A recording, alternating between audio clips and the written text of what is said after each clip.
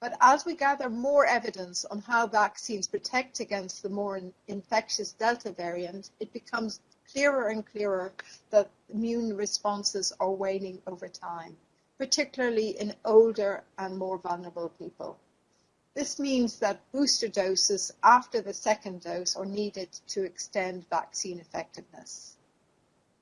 It's also very clear that vaccines alone are not enough as the temperatures drop in Europe. While the virus is still circulating, other public health measures such as social distancing, face masks, good ventilation and hand washing continue to be key pillars in combating the pandemic. Here in the EMA, we've paused our return to the office. We had a pilot that we were trying to bring people back to work in our office, but we're maintaining the public health measures, including mask wearing and social distancing in all our public spaces. So it's still a difficult time for all of us, and the pandemic is clearly not over, and many of you will have legitimate questions and concerns. But I have to also, on a more positive note, say it's also a time for hope, because we're in a better position today than we were this time last year, with tools such as vaccines and additional medicines now becoming available to help fight the pandemic. And they are truly making a difference, as you will hear later. The high number of people in clinical trials and the unprecedented collaboration among stakeholders were some of the reasons that these vaccines could be approved in record time. But we've also seen a huge increase in manufacturing capacity. Within less than a year, more than 800 million vaccines have been distributed across the EU, and we've also exported 1.1 billion doses to help the rest of the world. EMA experts have carefully reviewed new sites, new formulations, as well as data to support the extension of shelf lives of vaccines to help make this all happen.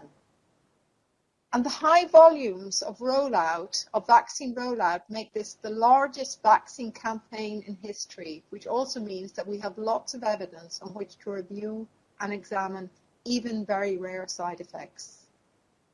Vaccines remain a key instrument against COVID-19. This means it's of the utmost importance that people get vaccinated and get their full initial course of vaccine, as well as any booster doses as soon as they are recommended to do so. Nearly 77% of the EU population over 18 is now fully vaccinated, but there are still very important differences in vaccination uptake between countries, and governments in these countries are working hard to address this challenge. If we want to beat the pandemic, it's vital that we all work together and increase vaccination uptake across all countries in the EU.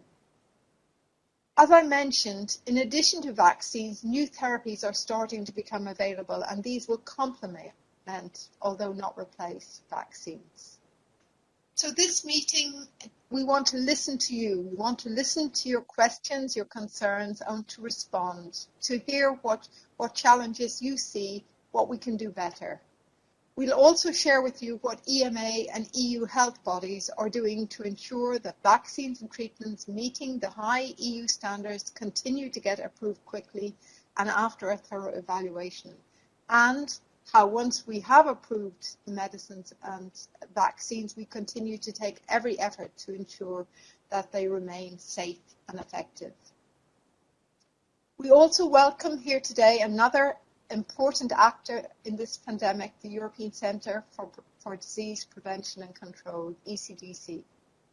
Although the individual member states are the ones who design and implement the actual vaccination programs and are responsible for the day-to-day measures that help to control the infection, ECDC is monitoring, collaborating and analysing the outcomes, and ECDC will summarise where we are in terms of vaccinating citizens in the EU and will tell us about what impact this is having at a community level.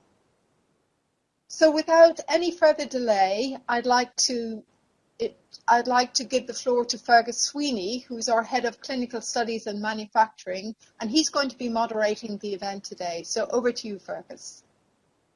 Thank you very much, Emer. And It's also my pleasure to welcome all of you, to extend a warm welcome to this important meeting. And as Emer has said, I will be your moderator today. My name is Fergus Sweeney. I'm head of the Clinical Studies and Manufacturing Task Force here at the European Medicines Agency. Now, as our Executive Director, Emer Cook, has explained, this meeting will provide an update on key aspects of the assessment, approval, safety monitoring, and very importantly, the great impact that the 4 vaccines, Comirnaty, Moderna, AstraZeneca, and Janssen, which are so far approved in the EU, have on this disease and its spread. So really important information we'll hear. We'll provide an update about some of the candidate vaccines still under review, and also on new treatments, which you'll be hearing a lot about in the media, and explain how those can work and where we are in the authorization process. Importantly, we've also heard a lot about boosters and third doses, and we'll be discussing these in the context of which they've been reviewed and recommended by the European Medicines Agency. And together with this, we'll look at other developments in the vaccination campaign, such as the use of vaccines in children and in pregnancy.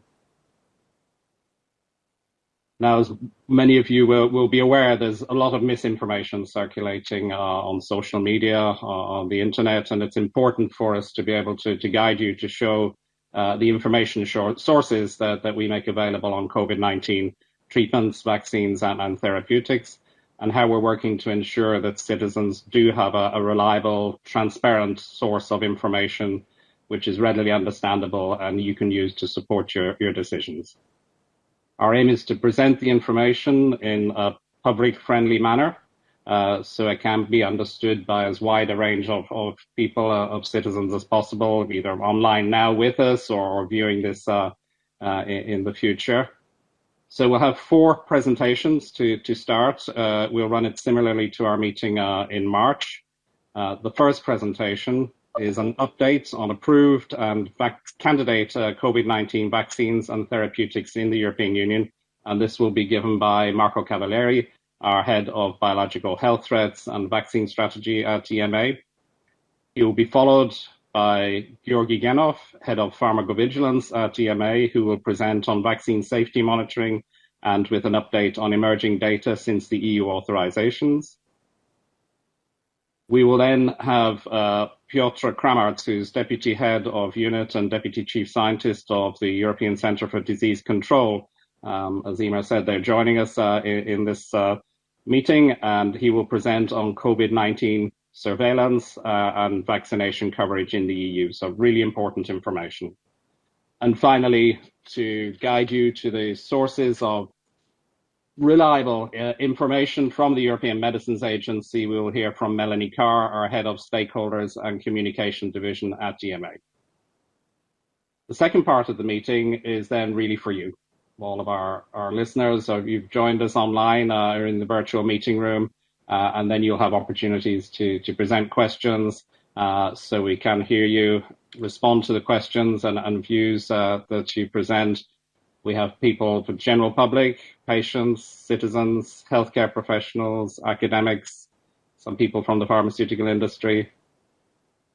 That's your opportunity, all of you European citizens, to pose your questions and express your concerns, and hopefully we can respond to those, and hopefully the presentations which will now start will also help to advise you. In the break, we'll provide you with a Slido link to submit questions. But without further delay, I'd like to hand over to Marco Cavalieri for our first presentation. Marco, the floor is yours. Thank you very much, Fergus, and good afternoon to all of you. So as said, I will give you a bit of an update of where we stand with the activities of the EMA on vaccines and therapeutics for COVID-19. Next slide. This is an outline of what I will be speaking to you about. Next one. So this slide is a kind of busy one, but also shows how busy we have been throughout this pandemic so far, and we will continue to be busy. So you will see that right from the declaration of the pandemic, beginning of next year, we immediately took action, established our expert task force, and start talking to developers of new or repurposed therapeutics and also of developers of vaccines. And we started evaluation procedures already in May last year, which led to the first approval of the first therapeutic for COVID-19, which was Veklury in July last year. Then towards the end of last year and beginning of the new one, the vaccines came, and you see that 4 have been approved to start with.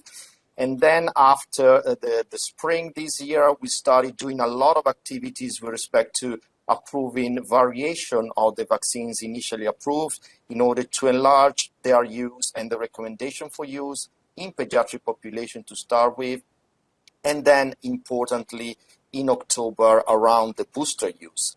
And also we have been approving additional therapeutics now, Requiron and Ronapreve, and I will tell you more in a few minutes. But this is just to show the intense work that has gone through in these months and that we will continue carrying on towards the end of this pandemic. Next slide. Let's start with the vaccines. And the first important statement is what is written here on these slides. So vaccines have reduced the impact of the virus, and they do remain a key tool to combat the pandemic.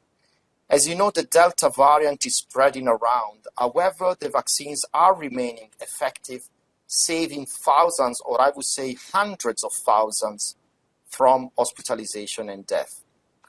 However, there is still more to do. As you know, cases of infections are rising throughout Europe, and also hospitalizations are growing as a consequence of that. However, it's important for me to underline that most hospitalization and deaths are seen in people that are not vaccinated.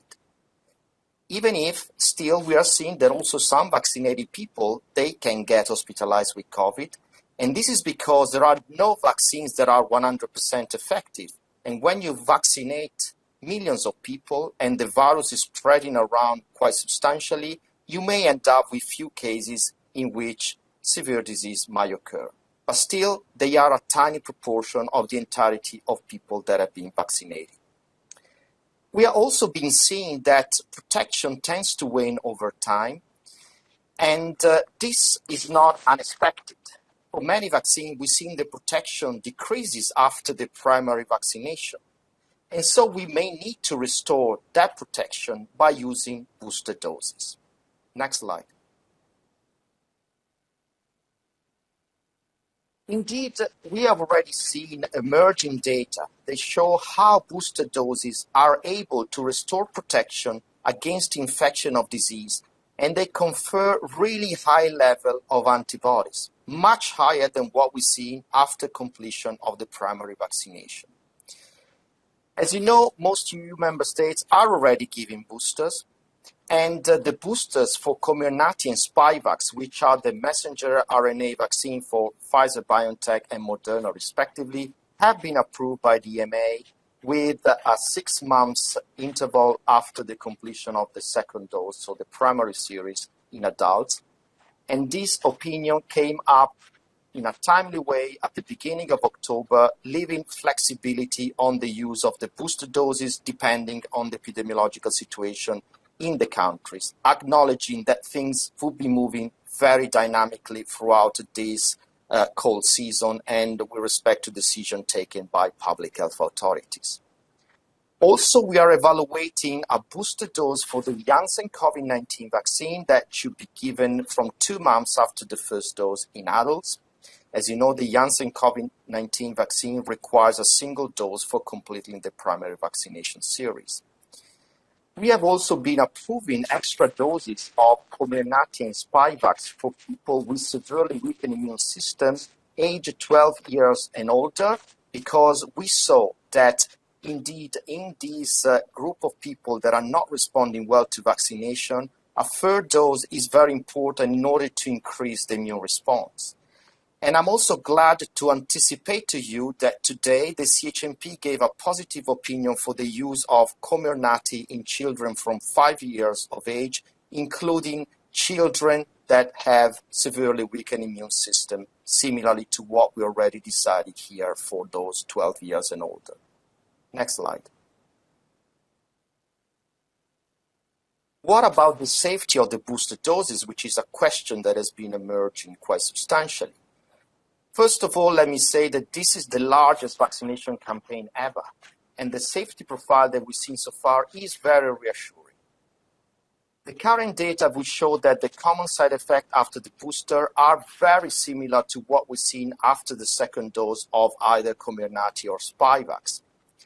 And now there is a growing number of people that are receiving the booster dose, and so far we are not seeing any specific safety concern emerging, which is extremely reassuring.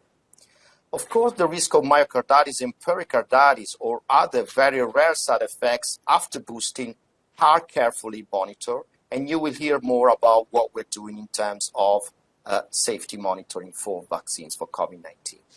Next slide. Another important area of discussion has been the possibility of mix and matching different vaccines, what is called heterologous vaccination. And you see here in this slide that this heterologous vaccination could occur in the context of the primary series for vaccination, in which you give a certain type of vaccine as first dose and another type as a second one. But it can also happen in the context of heterologous boosting.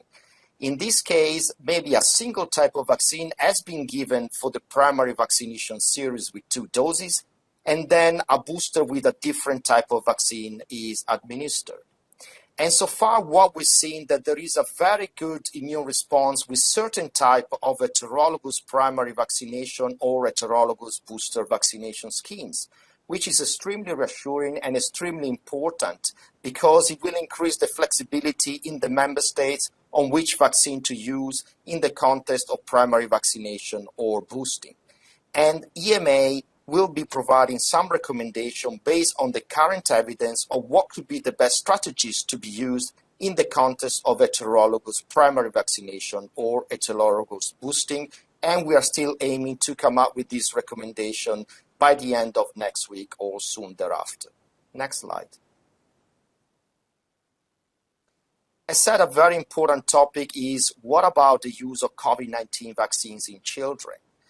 And we know that severe COVID-19 and death remain quite rare among children. However, disease of all severity still occur in all the pediatric ages. Moreover, high transmission results in increased hospitalization in children of all ages, and we are seeing this according to the most recent epidemiological data from Europe and other parts of the world. Although children with underlying conditions would be more vulnerable to the consequences of the infection with this virus, healthy children do also represent the majority of pediatric hospitalization in the European Union based on the data collected from the ECDC. After COVID-19, moreover, children can suffer from what is called the multisystem inflammatory syndrome, which is quite a nasty disease and can be very severe with admission to intensive care in up to 70% of the cases. So another quite detrimental effect of infection with COVID-19 in pediatric ages. The children also can be exposed to the long-term consequences of COVID-19, which is currently poorly understood and would go into the generic name of long COVID or post-acute COVID. But we have the impression that we are just seeing the tip of the iceberg, and we need to learn more about what this means and what really is the burden of disease associated with the long-term consequences of infection with this virus in the pediatric population. Next slide. So, from an EMA perspective, as said before, the 2 messenger RNA vaccine, Comirnaty and Spikevax, have been approved for the use in children from 12 years of age. And also, as said, I'm glad to tell you that Comirnaty from today has received approval for children 5 to 11 years of age. And this is based on a different dose than the one used in adults, essentially is a much lower dose. Spikevax is under review for a very similar age group, so from 6 to 11 years old. Member states are then able to decide on how to use this vaccine in children as part of their vaccination campaign. But EMA is always working together with the ECDC, trying to give all the support that we can to national authorities in helping them with making their decisions. Next slide. Another important area is what the impact of COVID-19 in pregnancy and how much vaccines could help here as well. COVID-19 indeed can be particularly dangerous for pregnant women, and vaccination offers them protection. We have seen already data that clearly show that the messenger RNA vaccine are able to prevent COVID-19 in this vulnerable group. And also studies on safety of the messenger RNA vaccine in pregnancy are at the moment not suggesting any safety concern. Considering that now we are seeing pregnant women going to hospital because of COVID and also to the intensive care, it's very important that we consider vaccination in this vulnerable group in order to save the life of the mothers and the children. Next slide.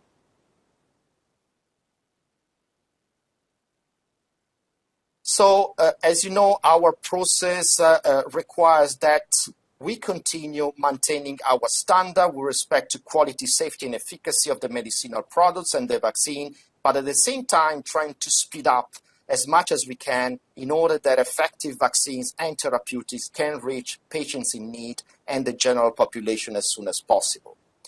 And in the context of the conditional marketing authorization that was granted for all the COVID-19 vaccine up to date, we have been recently renewing for another year this authorization for 3 of them, Spikevax, Comirnaty, and Vaxzevria. And at the same time, we are trying to look into a way of accelerating the process to come up with a full marketing authorization as soon as we can. And so there will be more to follow in this area as well. Next slide. You can see here on our website all the information with respect to what DMA is doing with respect to COVID-19 vaccine, which one have been authorized, which one are under evaluation or rolling review, and where we stand overall with the appraisal of vaccines for COVID. Next slide. With respect to vaccines that are in more advanced evaluation stage, Nuvaxovid, which is the vaccines from Novavax, which is the first protein-based vaccine, is undergoing an evaluation for marketing authorization. This is based essentially on the spike protein of the SARS-CoV-2 virus, which is a key protein on the surface of the virus that acts a bit as the key in order for the virus to enter into the cells in our body. It also contains an adjuvant that helps strengthen the immune response to the vaccine.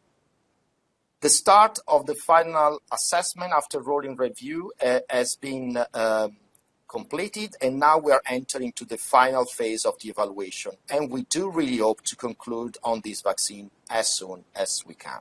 Next slide. There are other vaccines that are still undergoing rolling review by EMA, and the 3 of them, you see them on this slide. The first one is the one called Sputnik 5. We started rolling review in March. It's based on 2 different adenoviruses as viral vector, so in a kind of heterologous vaccination, and is developed by the Gamaleya National Center of Epidemiology and Microbiology. Then we got another vaccine, which is called the Coronavac. This vaccine is based on another platform technology. Essentially, is a whole virus that has been inactivated, so killed and used in order to generate an immune response that will be protective. And this is developed by Sinovac Life Science. And the third one that is under rolling review is called Vitpreftin. This is based on a more traditional technology similarly to the Novavax one. So it's the spike protein with an adjuvanting system. And this is developed by Sanofi Pasteur. Next slide.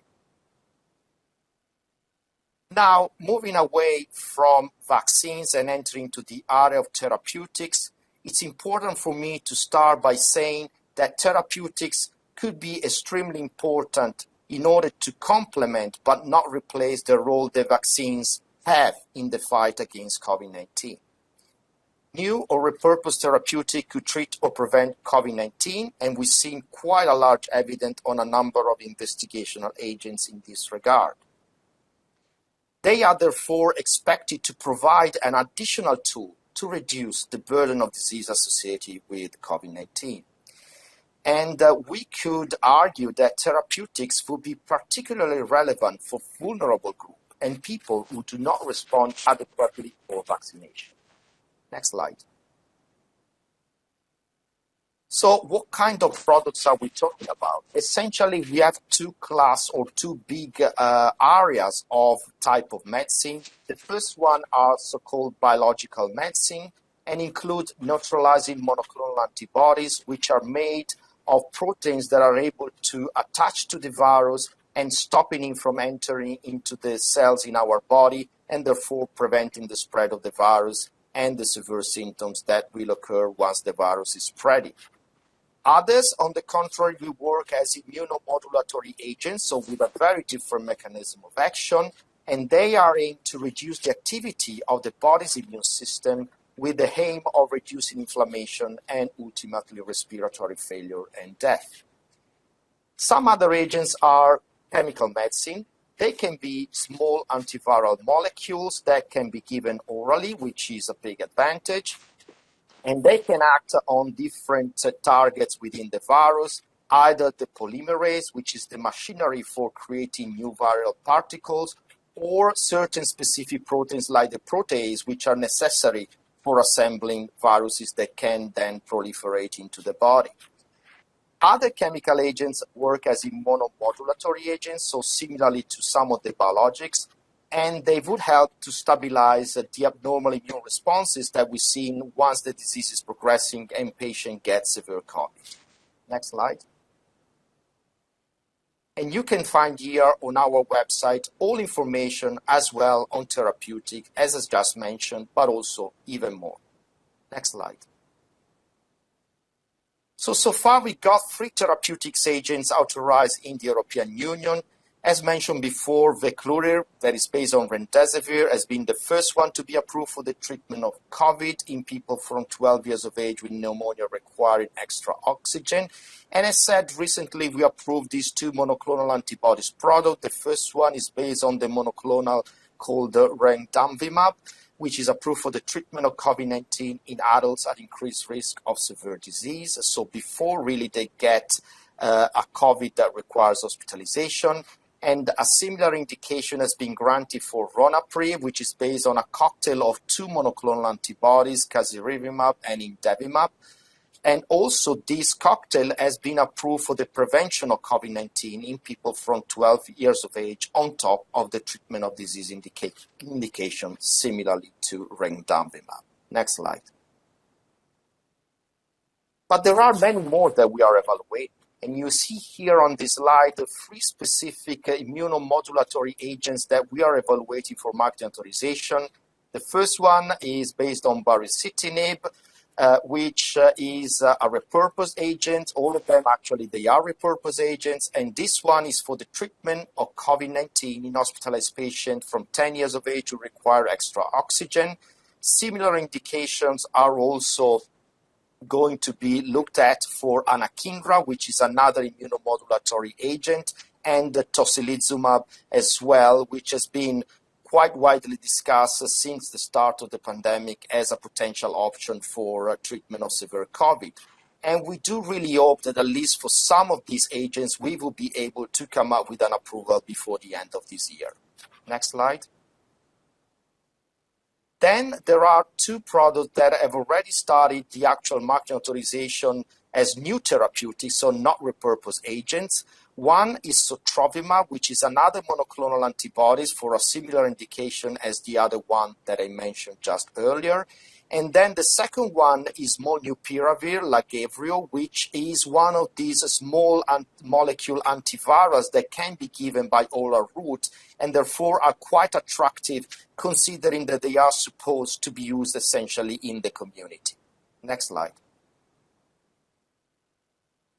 And also under rolling review, there is another agent, which is another cocktail of monoclonal antibody composed of dixagevimab and silgavimab under the name of Evusheld. And this one, really, the development has been initially focused on the prevention of COVID-19 in adults, although there are also studies emerging with respect to the treatment, similarly to what we're seeing with the other monoclonals. So the pipeline of antiviral agents is quite lively and quite robust, and we do really hope that in the near future we will be able to conclude at least with some of them. Next slide. Specifically, with respect to the oral antivirals, Lagevrio, so based on molnupiravir, but also an additional one that is called the Paxlovid, which is developed by Pfizer for a similar indication as molnupiravir. We have been looking into the preliminary evidence that has become available, at least with respect to molnupiravir.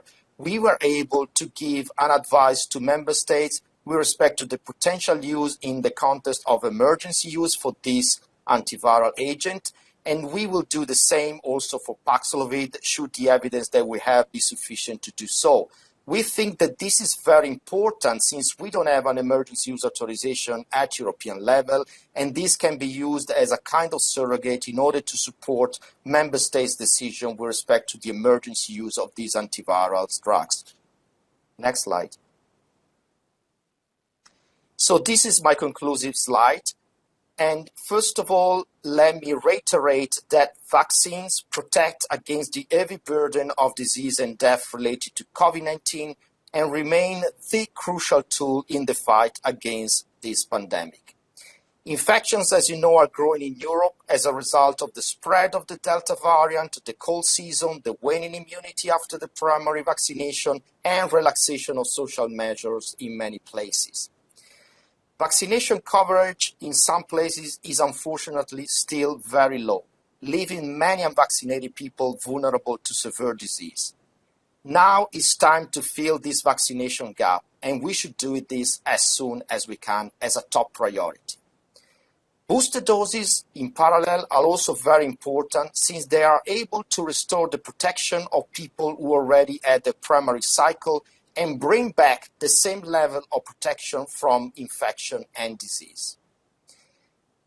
Besides vaccines, safe and effective therapeutics will be extremely helpful in the fight against COVID-19, but they do not replace vaccination. So they should be seen as a complementary tool, very important because unfortunately many more people will get sick with this virus.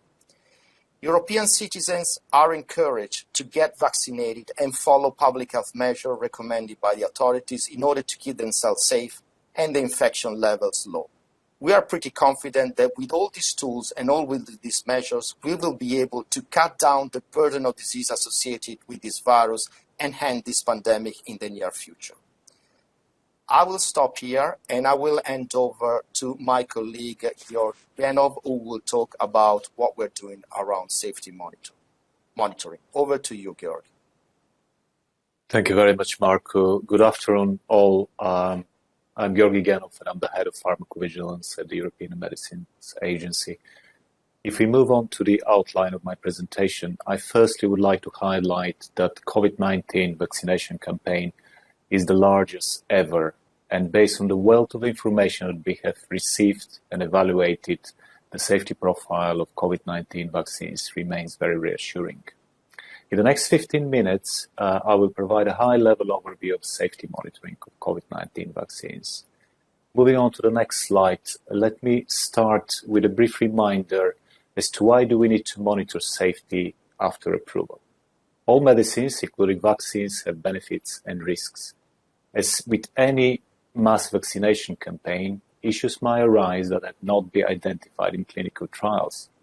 As regulators, we need to detect those, act swiftly, and communicate in full transparency. To manage these exceptional circumstances, additional resources are being mobilized to closely monitor safety. Moving on to the next slide. Here, one of the main pillars of safety monitoring is review of suspected side effects reported by patients and healthcare professionals. Anybody can report, and all reports are sent to Ultravigilance, our European database of suspected side effects. I would like to use this opportunity to express our gratitude to all that took the time to submit to Ultravigilance this important information to allow us to closely monitor the safety of COVID-19 vaccines. On the next slide, you could see the impressive size of the vaccination campaign, both in terms of doses administered, that you can see in the green bubbles, but also the wealth of information we have received. It is essential to understand that reports from patients and healthcare professionals describe medical events that have occurred following vaccination, which doesn't necessarily mean that they've been caused by the vaccine. Those could very well be caused by other health conditions that have occurred in temporal association to the use of the vaccine. It is also important to put the numbers of suspected side effects in the context of how many people have been vaccinated and for how long. Moving on to the next slide. Let's take the key question: do COVID-19 vaccine remain safe? The safety of vaccine is continuously monitored. COVID-19 vaccines with over 589 million doses administered continue to show a very reassuring safety profile. As with all medicines, side effects do occur, but these are usually mild, are outweighed by far by the benefits that vaccines bring against severe disease and death. Let's move on to the next slide. Let's focus our attention on a few examples of risks detected and managed post-approval. Our pharmacovigilance system has been particularly efficient in detecting and managing new safety issues. EU was at the forefront of dealing with the very rare side effects of unusual blood clots with low blood platelets, the so-called thrombosis and thrombocytopenia syndrome, or TTS. We have detected earlier the risk and managed the risk for Vaxzevria, and we have been proactive in dealing with the risk for Janssen and acted even before the vaccine was rolled out in the EU.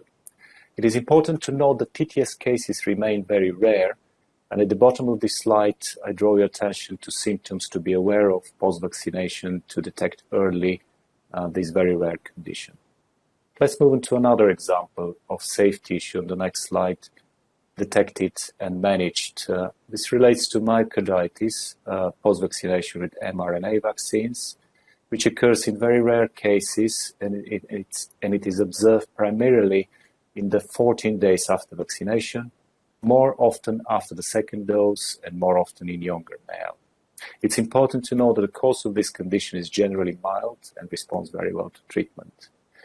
When discussing risks, it is important to put those in the context of benefits that vaccination provides in terms of preventing hospitalization and death.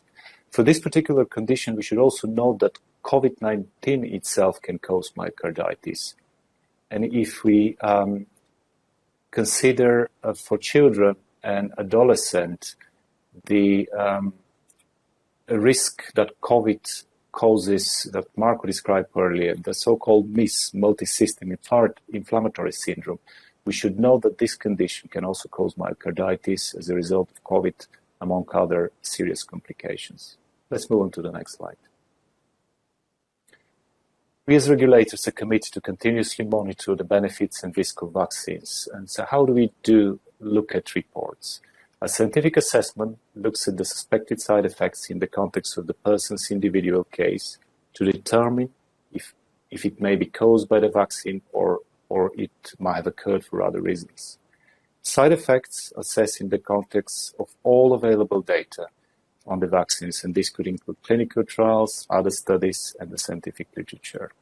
We draw science-based conclusions on the benefits and the risk and could take a number of different actions if these are warranted. Let's move on to the next slide. Unfortunately, we have seen a lot of misinformation circulating online, including posts in social media misappropriating our logo and providing inaccurate information. So it is very important to get the facts right and refer to reliable sources of information, such as the websites of medicine regulators. So on our website, we have medicine overview addressing questions and answers in lay language. We publish the risk management plans, which describe how safety data is collected and how risk can be mitigated. And we have recommendations and precautions for the safe and effective use of each approved vaccine. For healthcare professionals, this can be found in the summary of product characteristics, and for patients in the package leaflet. Furthermore, if we move to the next slide, We publish on a monthly basis safety updates, which contain the main outcomes from the PRAC latest safety assessment and inform of what new information will be added to the product information, as well as updates on assessments of new safety data, overall information on how safety is monitored, and some background information on the vaccines. Let's move on to the next slide. Now, in addition to reports we review on a very intensive basis in reports submitted in Ultravigilance, as well as studies requested to the vaccine manufacturers and careful review of all published scientific literature, we have commissioned independent EMA studies which allow us to quickly generate background rates and support prompt evaluation of any arising new safety concerns. So moving to the next slide. In the context of COVID-19, we have seen and we have benefited from a very intense collaboration with other regulators. We have used established frameworks and have set up new ones in order to exchange promptly information, to get access to worldwide data, and also to use assessments from other regulators and expertise. Let's move on to the next slide. In conclusion, let me highlight the main points. COVID-19 is the largest vaccine campaign ever, and the safety profile of the vaccines remains very reassuring. A strong EU pharmacovigilance system is in place. Safety is our priority and will not be compromised. Unprecedented efforts have been made to manage high volume of safety information. Very rare side effects, some serious, have been detected quickly, assessed promptly, and acted upon. And this has been supported by continuous transparency and communication to the public. We have enhanced tools for safety monitoring and frameworks for risk communication and quite intensive international collaboration. COVID-19 vaccine safety is stronger with your participation. Please continue to report suspected side effects. That ends my presentation. Thank you very much for your attention. With that, I will pass to the next speaker.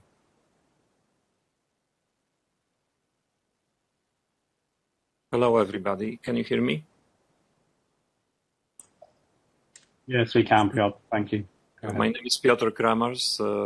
I'm the Deputy Chief Scientist at the ECDC in Stockholm. We work very closely with our colleagues at the European Medicines Agency, and it's my pleasure to present at this very important meeting. Next slide, please. I will tell you a little about ECDC role, and then I will show you some update on the global and EU epidemiological situation. And then finally, I will show you some information about the current status of the vaccine uptake, about the genomic variants, and about the importance of so-called non-pharmaceutical interventions. A lot of what I'll be presenting comes from ECDC work as part of the public health emergency. We raised the level of alert to the highest second level at the beginning of last year already, and we've remained at that level since then. Next slide, please. ECDC is an EU agency like the European Medicines Agency, and we are responsible for coordinating prevention and control of communicable diseases in the EU. And as part of this, we conduct epidemiological surveillance at the EU level. And for COVID, it means monitoring of case, death, testing rates, test positivity, which is like a proportion of all the tests that come out positive for COVID, and more. We also provide support to public health microbiology work of the member states. And as part of this, we issue guidance on rapid antigen test use or genetic sequencing. Based on all the information that we collect and expert considerations, we issue scientific advice about the optimal ways to combat COVID. And in that, we provide options for the member states to prevent and to fight COVID. And the member states choose the right options depending on their situation. We also provide direct support to member states when needed and when requested. And for example, now we are working especially closely with countries with a low vaccination coverage to help them change this situation. And finally, we provide preparedness support, capacity building, and health communication support. On the picture, you see our emergency operations center. I myself am part of a roster of so-called emergency managers, and I work there from time to time on shifts as an emergency manager. Next slide, please.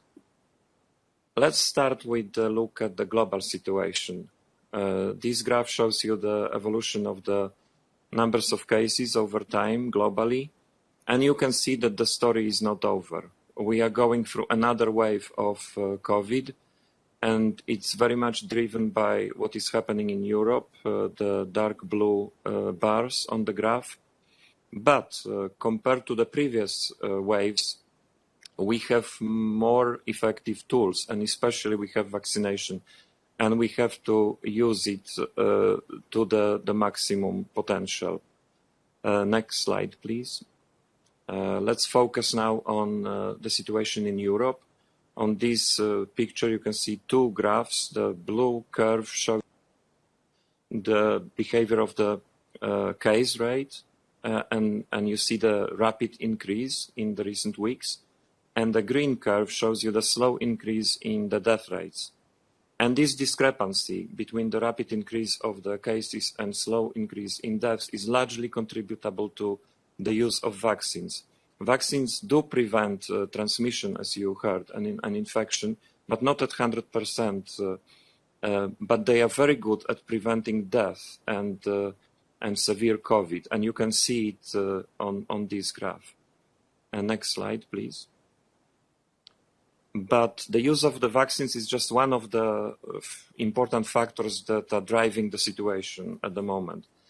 And looking at the vaccination uptake, as of today, around 66% of the total population is vaccinated fully, and around 77% of the adult population, which means that more than 20% of the adult population for whom vaccines are available and recommended are not vaccinated. Secondly, what is driving the recent developments to a large extent is the spread of the Delta variant.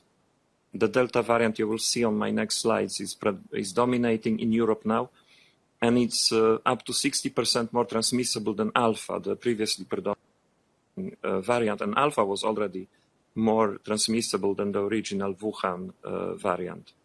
Finally, what we observed during the summer and shortly after was a widespread relaxation of so-called non-pharmaceutical measures. And these include things like physical distancing, face mask wearing, various hygienic measures. And this is also contributing to what we see now, all the increases and worsening of the situation. Next slide, please. So let's first look at the impact of vaccination. On this curve, you can see the evolution of death rates over time since the beginning of this year until now. And this is displayed by the different levels of vaccine uptake in different countries. And you can compare the steeply increasing curve on the top, the orange one. These are death rates in countries with the lowest vaccination uptake. And then you can compare it to the bottom of the graph, where you see what is happening in countries with the highest vaccine uptake. And you can see the difference. This is because vaccines prevent deaths, and you will see that they also prevent severe COVID on the next slide. So here you can see a similar situation when we look at the hospital occupancy over time. Again, the hospital occupancy increases or doesn't increase, the curves are quite flat when the vaccine uptake is the highest. Next slide, please. Here you can see similar picture when you look at the intensive care unit occupancy over time. And this is very important. As I said several times, the vaccines are very good at preventing severe COVID, hospitalizations, intensive care admissions, deaths. It's important because this saves lives and protects health, but it's also very important to protect the healthcare systems and the healthcare workers who are under a lot of pressure, and this pressure has been increasing in the recent weeks. Next slide, please. no single parameter can reflect the situation, the pandemic situation at this stage of the pandemic. And at ECDC, we use now a composite indicator which combines case notification rates, test positivity, situation among the elderly, situation in the hospitals, and death rates into one indicator. And the darkness of the color corresponds to the level of concern in the situation. When you move from the west to the east of Europe, roughly, you can see that the situation worsens and the level of concern increases. You can see the evolution of this indicator at weekly intervals. We update these graphs on Thursdays. Next slide, please. And you can compare it now to the vaccine uptake. You can see now the level of vaccine uptake in Europe. Again, moving from west to east, roughly, you can see the vaccine uptake gets lower. And it doesn't take much time to see the correlation. The higher the vaccine uptake, the lower the level of concern with the current pandemic situation. Next slide, please. You probably noticed on my previous slide that I showed you the status as of November 14, but it doesn't change very much. You can see here on this graph the behavior of the vaccine uptake over time in different age groups. And you can see that after a slow start at the beginning of the year, when there were a few, then there was a period of quite rapid increase. But in the recent weeks, there has been a plateauing of all the curves, almost all of them, and it's very difficult to move even by 1%, and this is very worrying. Next slide, please. Another important factor that is driving the recent developments is the spread of the Delta variant. Monitoring of genomic variants of the virus is extremely important. This virus mutates as all coronaviruses do. It changes and new variants emerge. And it's very important to detect early any new variants with changed transmissibility or severity of disease or effectiveness of vaccines or medicines.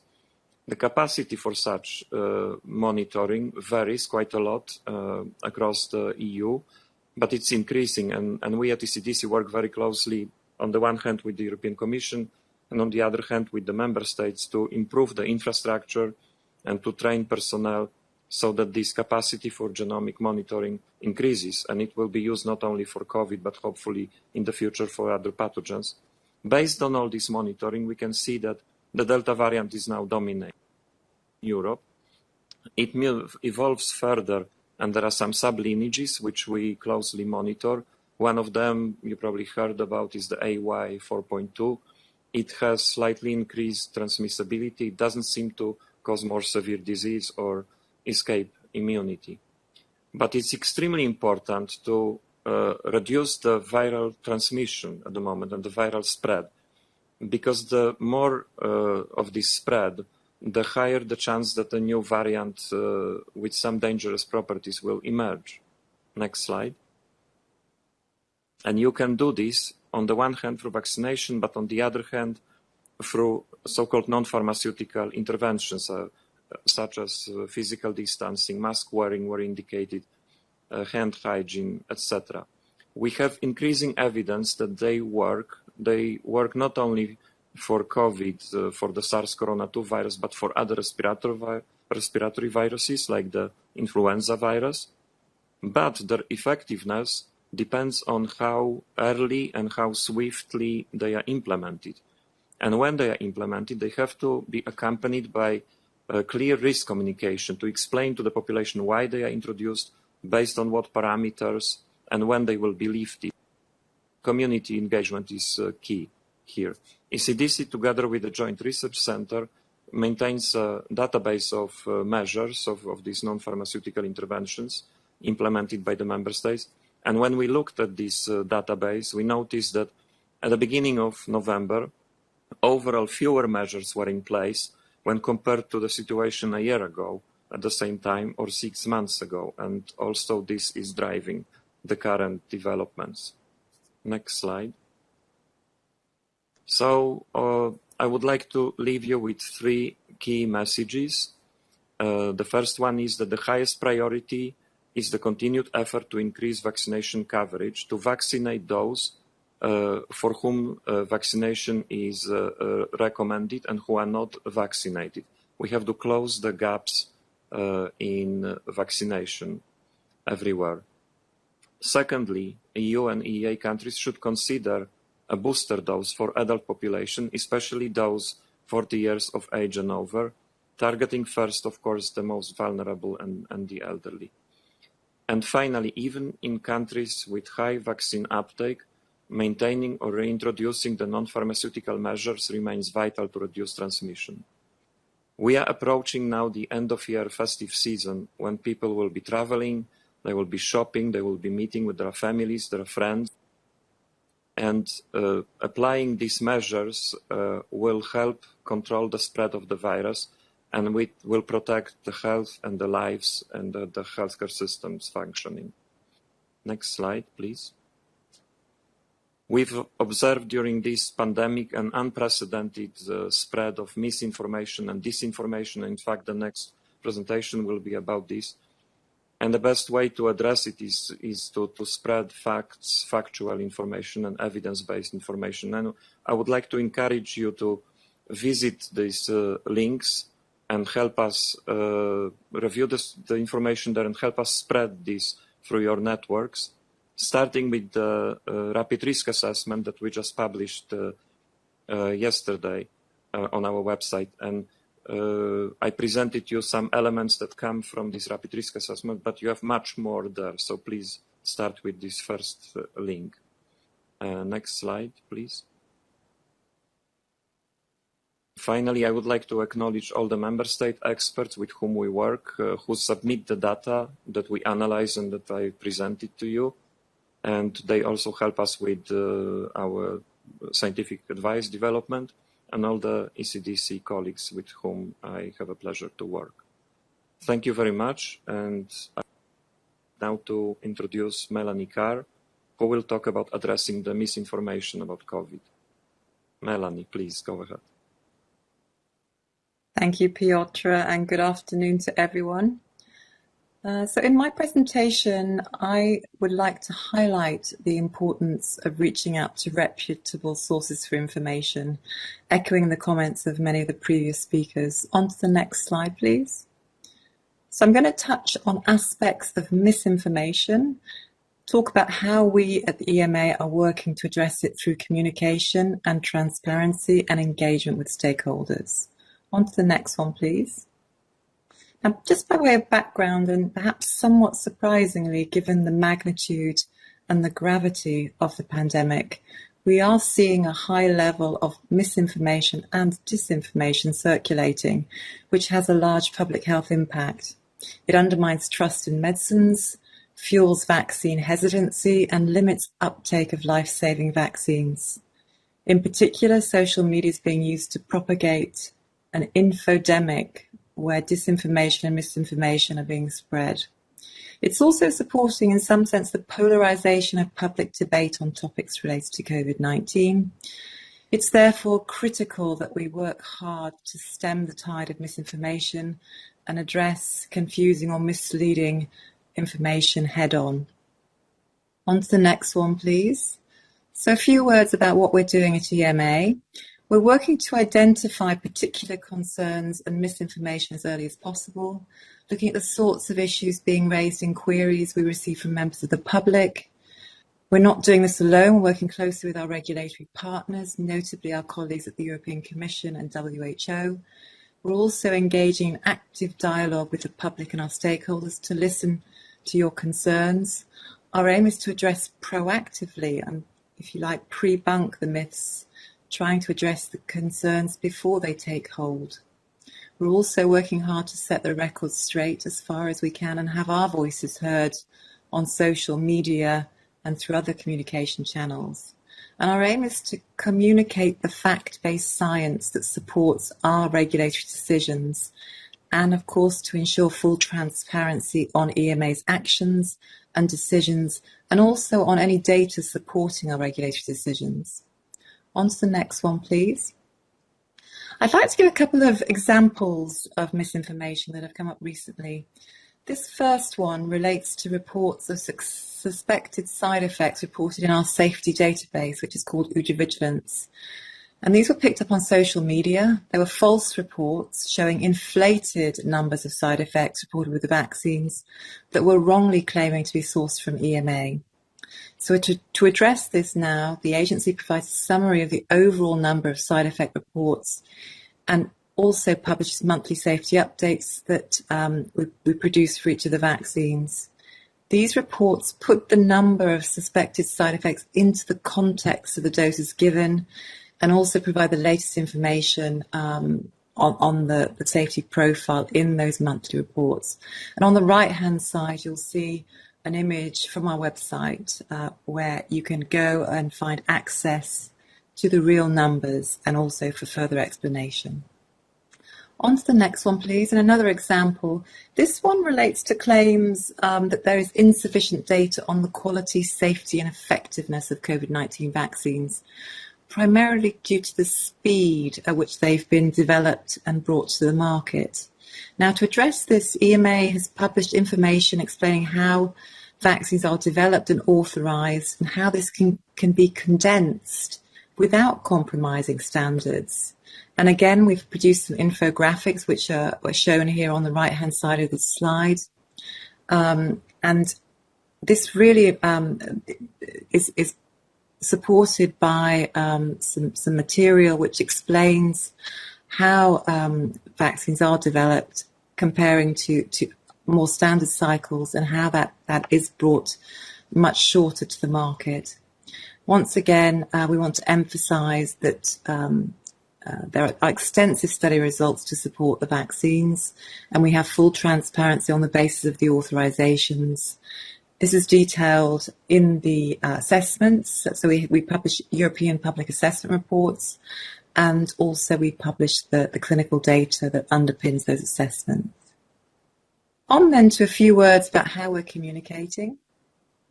On to the next one. So yes, indeed, we are communicating. We've developed a number of new information materials, or several tiers of information on development and approval of vaccines. We're also responding to queries from members of the public, as well as patients, healthcare professionals, academia and media.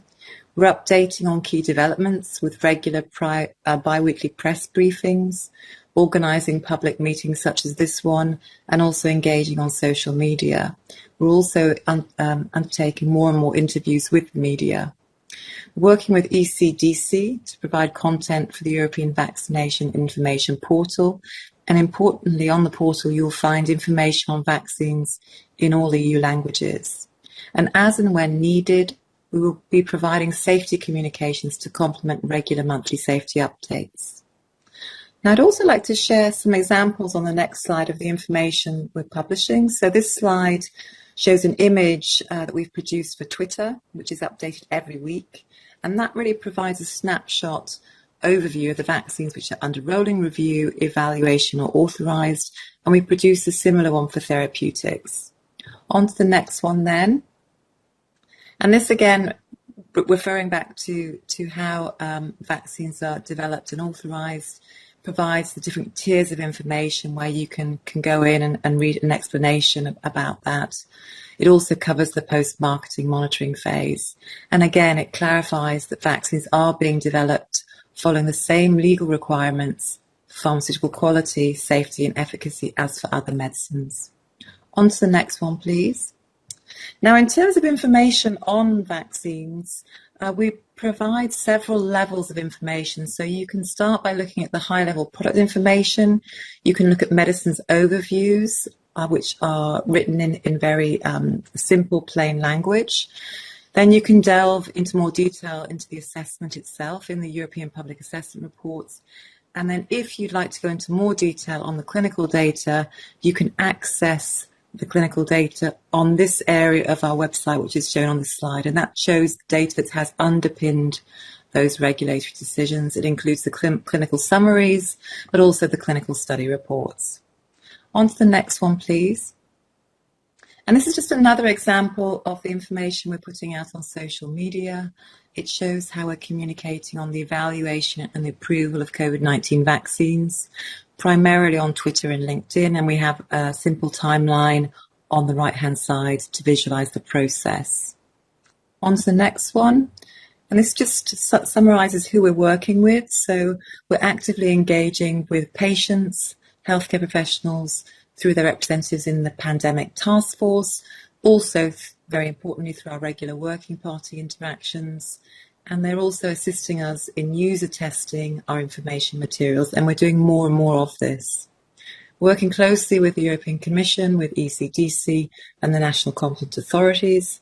We're also making efforts to communicate information in the most meaningful way, so using plain language and, again, user testing the messages to promote understanding. On to the next one, please. Now, we are very keen to listen to the public and our stakeholders and address any concerns on vaccines as they arise.